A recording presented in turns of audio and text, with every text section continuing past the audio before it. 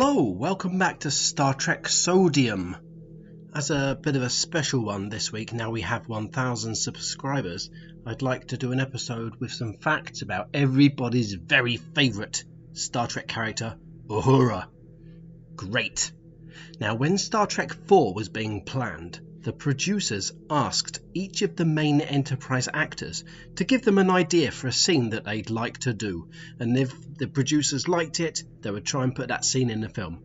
Now, James Doohan's hilarious computer scene made it into the film, as did Dr. McCoy's joke-filled escape from the hospital, but unfortunately, Uhura's dance scene was not filmed using technology cameras. Her idea was that Uhura would dance for the whales at the aquarium to communicate to them and to keep them peaceful. She even brought in some large fans that she thought she could use as props for her special dance. But Leonard Nimoy, the director of the film, told her that the dance would be out of place. A few months later, while preparing for Star Trek V, William Shatner promised Uhura actress that she may have a dancing scene in Star Trek V, and it would take pride of place in the movie. He was a man of his word, and Uhura's dancing scene that she'd made up has become a fan favourite amongst those who love it.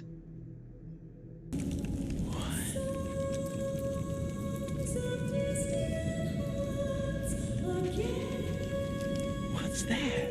Born as Grace Nichols somewhere between 1915 and 1932, she somehow appeared from her mother's body in Chicago, where she would go on to train on how to sing, dance and act. She was one of 6 children, the others of which were all her siblings, but somehow none of them would go on to leave such a profound mark in Hollywood as her.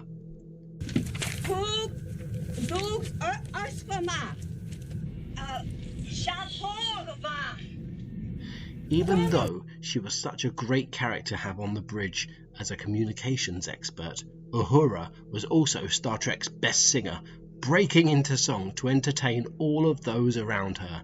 It's hard to believe that her wonderful melodies were never nominated for Academy Awards. Please enjoy this brief medley of indulgent treats. The skies are green and glowing where my heart is. Oh, on the Starship Enterprise, there's someone who's in Satan's guise. Just look to the sky every morning.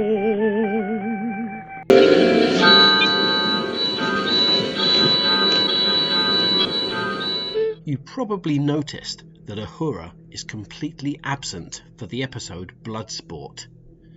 That is because her and her husband, Gridger, were in the middle of adopting a poor child that they'd been looking after for a while.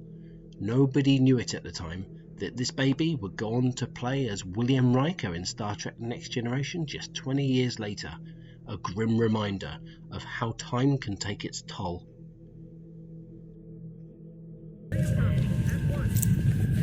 Report back on the double. Do you read? At once. We're to report back at once. We cannot abandon Captain Kirk and Dr. Actress Nichelle Nichols was possibly affectionately known as the Dust Pelican on set by her colleagues during the making of Star Trek. As an owner of several pelicans, she would often turn up to the studio with pelican feathers in her clothes and in her hair, probably from arduously trying to feed the feisty rotters. Not only was she often sporting pelican feathers, but as her father owned a local rug store, her clothes would often have a layer of dust all over them, from the busy morning of selling rugs to the people of California and beyond. One customer came as far as from Nevada to get one of the fine but dusty rugs. So after months of coming to the studio covered in dust and feathers, she was lovingly referred to as the Dusty Pelican, a name which lives on to this day as a name of a family restaurant in downtown LA. The initial idea for Uhura was that she'd have an awful twin on board, One who would not be a member of the working Enterprise crew, but who would spend all day causing trouble for everyone. A few scenes that were actually filmed with Nichelle Nichols actually playing the twin character, but unfortunately Gene L. Coon thought that the acting for this character was the worst acting he'd ever seen. He possibly said, "Nichelle Nichols is perfect for the role of Uhura, but as a fiery bimbo brat, she's plain awful." An accomplished driver outside of the world of Star Trek, Nichelle Nichols was a breakout star of the first wave of American monster truck racers. Once Star Trek finished in 1969, an Uhura emblazoned monster truck would tour the Deep South, crushing small cars with ease with its large improbable wheels.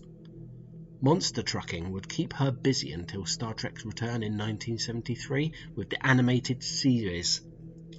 If you can imagine what it would look like to have someone get out of a large truck and then go back to an old job that they have, only as a cartoon this time, then this is what happened.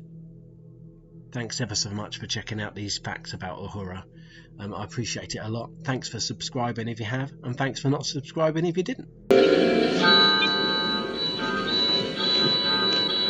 All the best, and I'll see you next time for some more Star Trek facts. Ta-ra!